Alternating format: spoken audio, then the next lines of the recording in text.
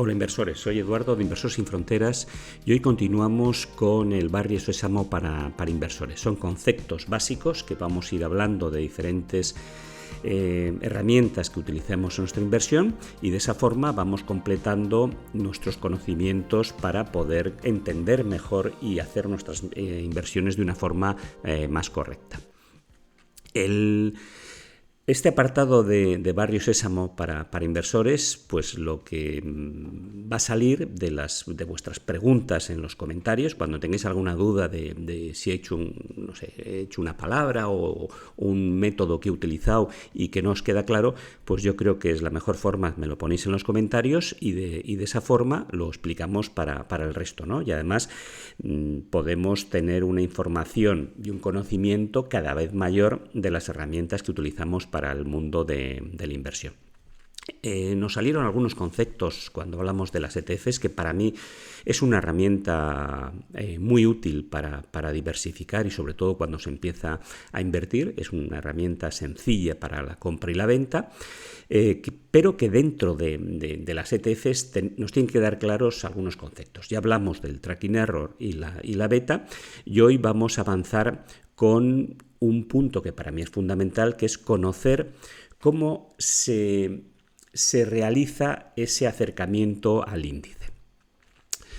Como siempre, la idea es una formación básica, luego posiblemente vosotros tenéis que profundizar o incluso si os queda alguna duda de las cosas que comente, pues lo que me podéis poner en los comentarios e intentaré aclararlo en la medida de mis posibilidades. Como siempre, si os gustan estos vídeos, darle al like, suscribiros y activar las notificaciones. Empezamos. Bien, cuando hablamos de réplicas, principalmente nos puede servir para ETFs o nos puede servir para fondos. Tenemos tres grandes grupos. Una es la física, otra va a ser por muestreo y otra la sintética.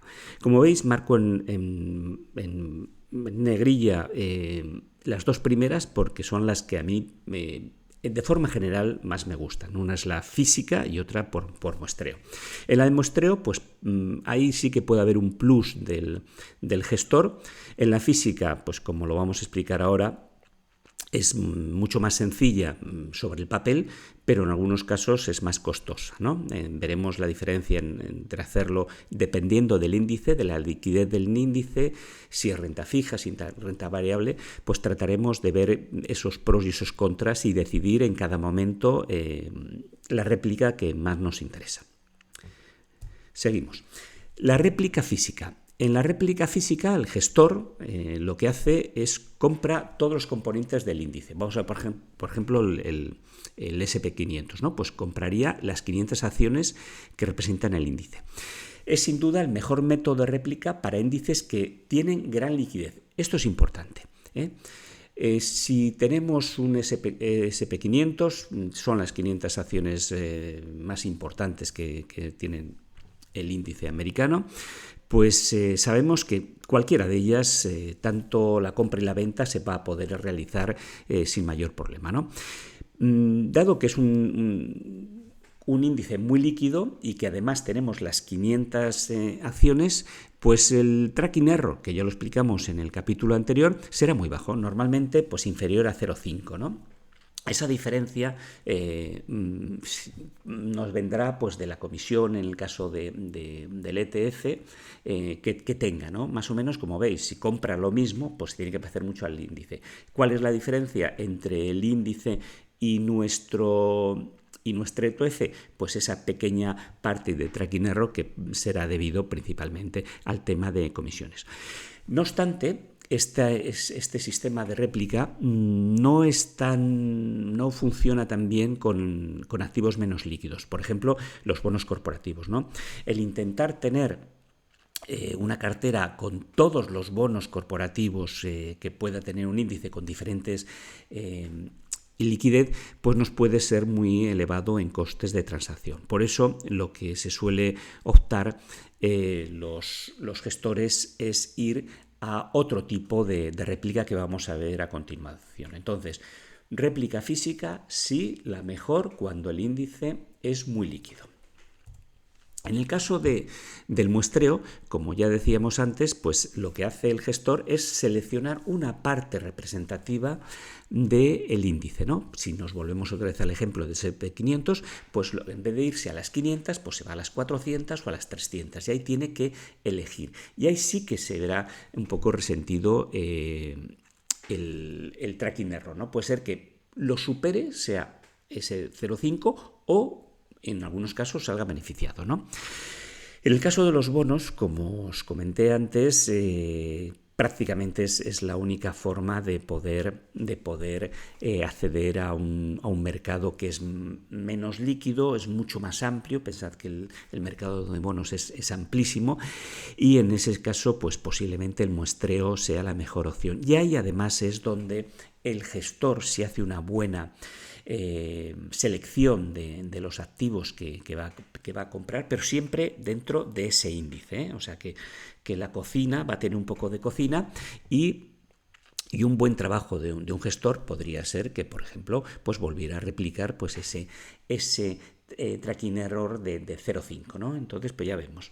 Un producto muy líquido, nos iríamos al muestreo físico, o sea, a la réplica física, y en ciertos índices que no sean tan líquidos, o por ejemplo en el mercado de renta fija, pues el muestreo funciona muy bien. Por eso no quiere decir que una réplica por muestreo sea negativa, sino todo lo contrario. Si hay un buen gestor que selecciona, por eso muchas veces cuando se dice que la gestión pasiva no necesita de una calidad, de un buen trabajo el gestor, pues aquí no es del todo cierto. Un gestor que haga bien su trabajo nos beneficiará de tener costes bajos, porque estamos hablando de una indexación, pero que además aporta un plus por la selección, bien sea estadística o bien sea por otro tipo de trabajo a nuestra inversión.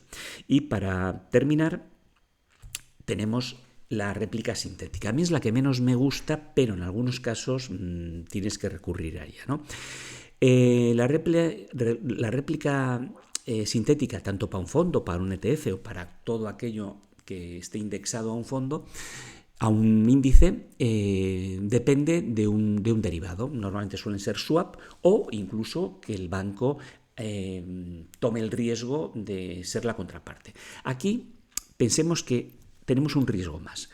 En cualquier inversión es fácil que tengamos, por ejemplo, hemos hablado del SP500, que tengamos el riesgo divisa, tengamos el riesgo mercado, que suban o bajen las acciones, y en los casos de réplicas sintéticas tenemos el riesgo de contraparte. Pensad que el gestor contrata un derivado con un banco, que es el que recibe el riesgo, y luego lo que te va a hacer es pagar en función de el nivel que esté ese índice, ¿vale?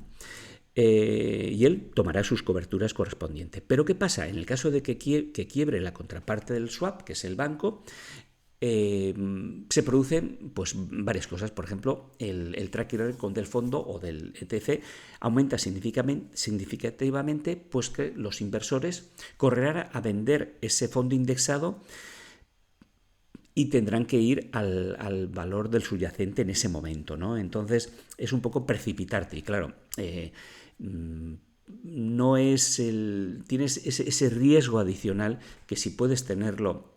Hombre, normalmente ¿qué te va a dar?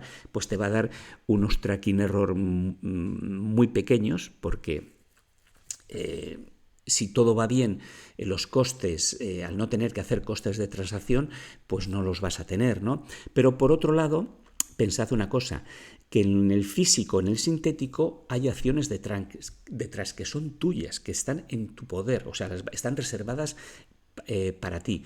Y esas acciones tienen dividendos. Y esos dividendos, recordar que podemos tener acumulación o de distribución, pues nos van a dar un plus, que puede ser un 2, un 3, un 4, un 5% adicional. En cambio, en los sintéticos, como lo que es solamente la referencia, eso lo perdemos. Por eso os decía que a mí, como norma general, me gustan más los físicos, o en el caso que no pueda ser físico o que tenga unos costes elevados el tener una réplica exacta, pues los de muestreo van muy bien. Como siempre, esto pretende ser una herramienta adicional para ayudaros a formaros en conceptos que algunas veces pueden ser complicados, es importante que vosotros por vuestra parte os estudiéis y forméis, y como siempre deciros que mis comentarios no son de ninguna forma una recomendación de inversión, sino solamente compartir mis experiencias como inversor. Muchas gracias.